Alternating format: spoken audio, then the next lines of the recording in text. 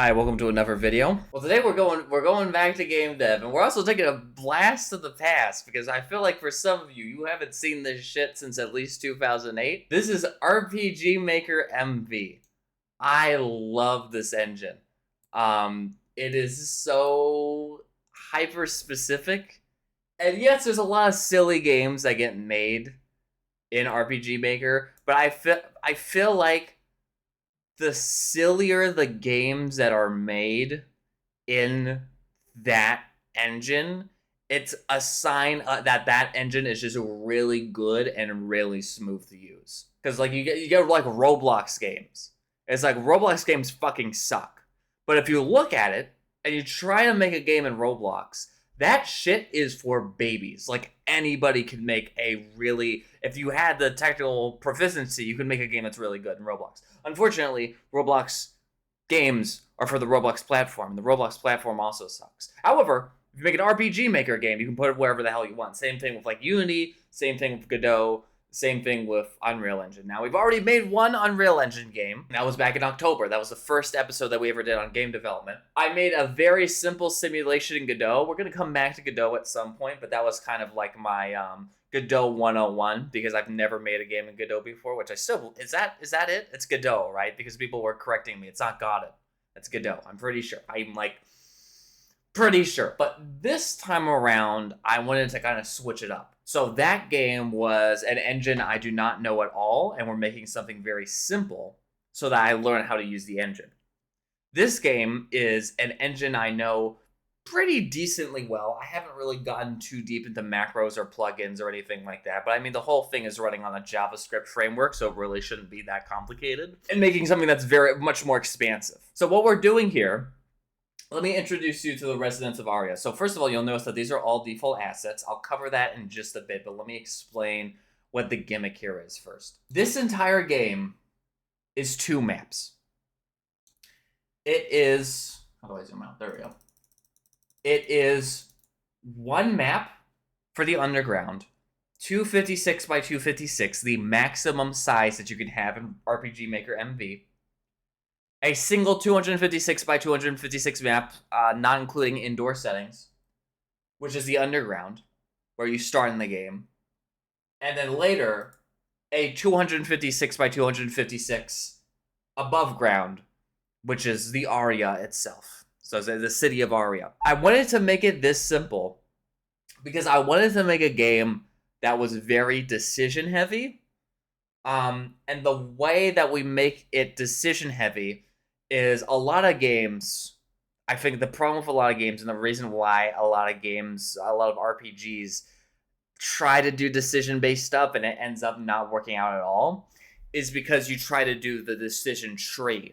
So it's like, okay, well, if I do this, then this... Sorry, you can't see my hands. If I do this, then this series of events happens. And if I do this, then this series of events happens. But there's so much scope creep that involves into there, because at the end of the day, you're going to need to have, like, 250 different options at the very top of that tree of all the different possible game states. And it would be a nightmare to do. So a lot of games still instead fragment it into just like individual quests or individual scenes or individual like companions or stuff.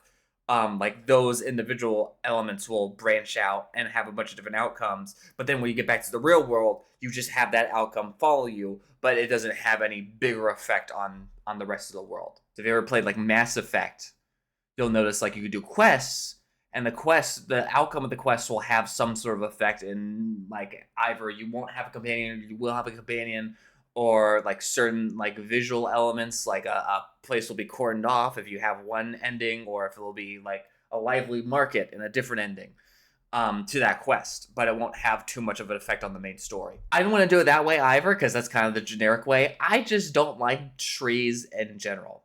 I wanted to try a different method here, and a method that could work pretty well in RPG Maker, because actually doing the tree method would not really work very well in RPG Maker. And I'm sure you guys, if you have experience in RPG Maker, you can know how much the conditions for something like that would not work out very well. So we're not doing that.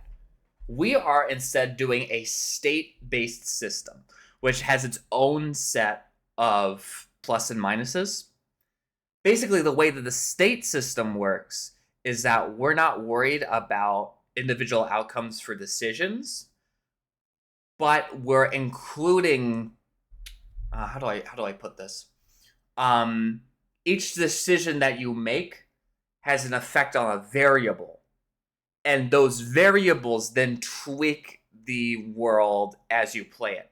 So this is something that's less like Mass Effect and more like, you might say, Telltale. If you guys remember that old system, I think it only did it based on relationships. It didn't do it on like game states or what your own personal decisions were. All it would do, it wouldn't have a lot of branching stories, but it would be like, if relationship with this person is greater than 70, then this action happens. And there's a series of events where you make choices, and by doing that choice, you do +5 relationship with that person. And so now you don't have to worry about the conditional statements that occur with decision trees. You're just making each choice have an effect on a variable, and then series of outcomes that will just occur if a trigger is met. Now that has its own problems in that it can become very unwieldy, because there is no it could become unwieldy for other reasons, in that there is no one place to look at everything. There is no one tree. So you can make a bunch of tweaks, 1 hour into working on your game. You can make a stat called charisma that has an effect on a various bunch of different things. And then 100 hours later into development, you realize, oh, wait, what does this charisma skill do? Oh, shit, we just made 100 hours worth of content, and I forgot to add the charisma skill anywhere. Which will probably happen for this game, but it's like, whatever, who cares? So, that's what this game is all about.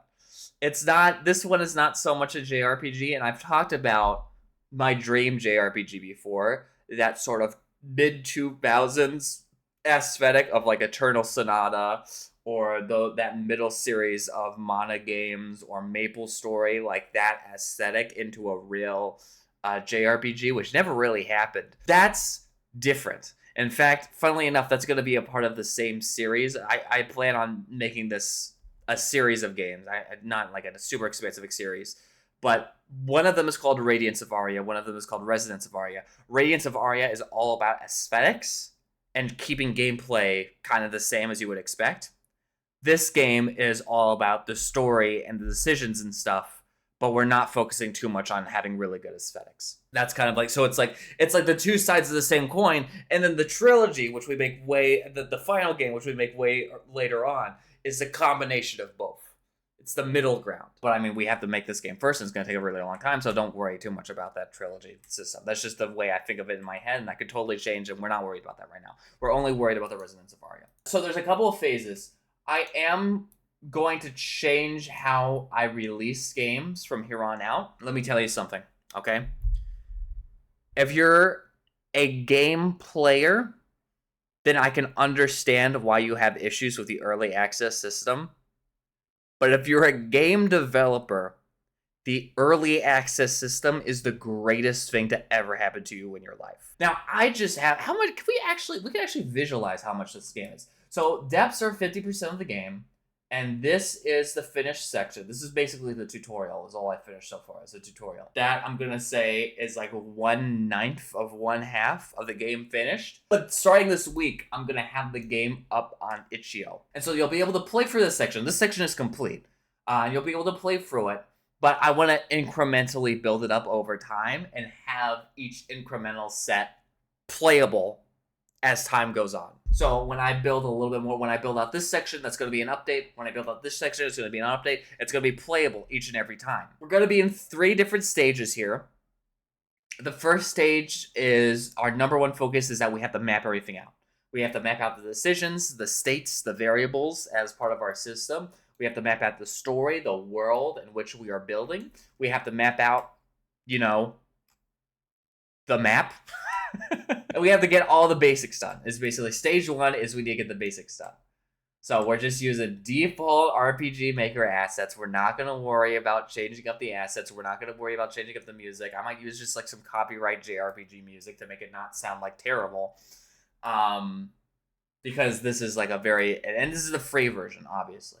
So we're just like, we're not worried about any of that stuff yet because we have to build out the game first. Stage 2 is we start replacing the assets so that we can prepare it for a real launch. So at that point, we're going to replace tile sets. We're going to add like avatar portraits. We're going to add changes to the avatars themselves, the characters. And we're going to change the music to be like free content music that we can use. And then the third one is the actual launch on Steam, which would be the paid version that has all this stuff. This should sound pretty familiar to you if you follow this channel, because this is not so different from the release schedule that we do for Boys and Girls Complete Edition, where the rough drafts are all free, and we edit them over time, and then once the final drafts roll around, that's the version that you have to pay for. Kind of the same thing. You can think about it the same way. And of course, once you have a rough draft version downloaded, you just get to keep it. Like, I'm not going to hunt you down and say you can't have this anymore because we have the paid version of the game out. Like, you can still play this stuff. So yeah, that's that.